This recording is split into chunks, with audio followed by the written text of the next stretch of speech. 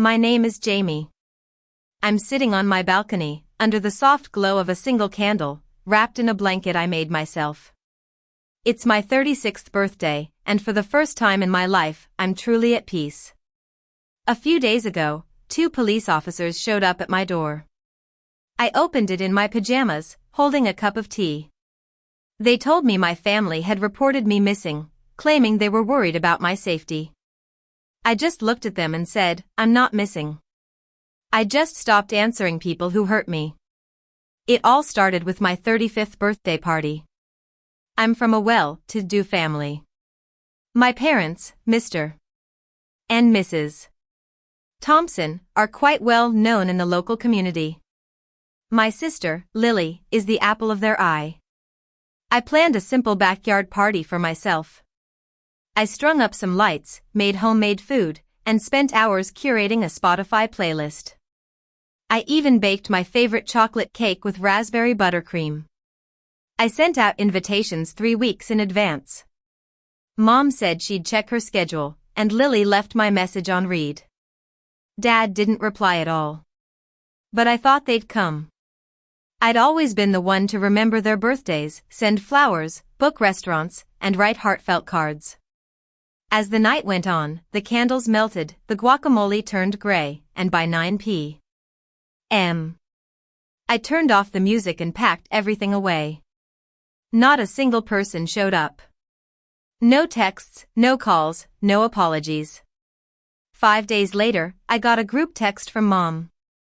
We're organizing Dad's 65th in a luxury cabin in the mountains. It'll cost $3,500 per person. Venmo me. There was no happy birthday or any acknowledgement of my party. Just a bill. I was furious. I sent her $2 with a note that said, "Congratulations." Then I changed the locks on my door and blocked every family number on my phone. 3 days later, Lily tried to access our joint emergency fund. I'd been contributing $300 every month, while she used it for shopping sprees and weekend getaways. When she was declined, the texts started. She said I was being petty, and Mom asked if I'd changed something with the account. I didn't reply. I turned off my phone, logged out of social media, and deleted my photos from our shared cloud. I didn't owe them an explanation. I'd finally stopped giving them access to my life. Growing up, it was always the same. When I was 10, Lily got a brand new designer dress for her birthday. It was beautiful, with lace and sequins. I got a second-hand book on art. Mom said, "You're the artistic one, and Lily loves fashion." In high school, Lily skipped classes and had wild parties at home, leaving the house in a mess. I maintained straight A's and did all the household chores without being asked. When she crashed Dad's car, they blamed the slippery roads. When I came home 15 minutes late because of a school project, I was grounded for 2 weeks. At 29, I loaned Lily $6,000 to start a small business. I never saw that money again. At 32, I took care of Mom after her knee surgery. I changed her bandages, did the grocery shopping, and handled all the insurance paperwork. Lily visited for 30 minutes, took a selfie, and complained about how tiring it was. And in the group text, they thanked her first. They said, "You've always been so reliable, Jamie." As if that was enough. After I blocked them, I started to focus on myself. I went to therapy twice a week. I unpacked all the pain and frustration I'd kept inside for years. My therapist told me, "You weren't difficult. You were just honest in a family that preferred to ignore the truth." I launched a small interior design business from my guest room, named after a saying my late grandmother used to tell me, "Create beauty, live freely." Clients started coming in, and the reviews were great. I was finally doing something for myself. I heard from a distant cousin that things were falling apart at home.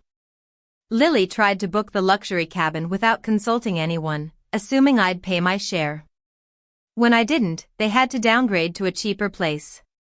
There were arguments and blame shifting. Dad walked out during dinner and didn't come back until late. It was a Wednesday night when I decided to write a letter. I sat at my table, with a glass of wine, and the words just poured out. I wrote about the birthday party, the years of being ignored, and how I'd always felt like an outsider in my own family. I wrote about Lily, how she always got everything she wanted without asking, and how I'd always had to work for any scrap of love. I wrote about Mom, whose coldness had made me think love was something I had to earn. And I wrote about Dad, who watched it all and said nothing.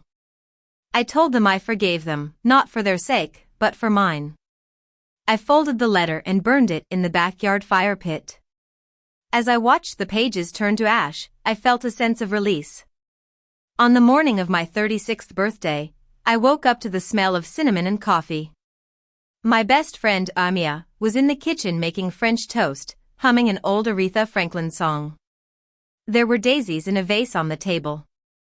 At the table were Mia, my co-worker Ethan and his husband, and my neighbor Rose, who brought a bottle of champagne and a cake with "Happy Birthday Jamie" written in icing. We ate, laughed, and shared stories. No one checked their phones. Someone said, "Jamie, you seem so calm and at peace." And I realized that I was. I was no longer waiting for my family to see me. I saw myself. They thought I disappeared, but really, I just stopped showing up for people who never showed up for me. I'm not missing. I'm just living my life on my own terms, and it's the best thing that's ever happened to me.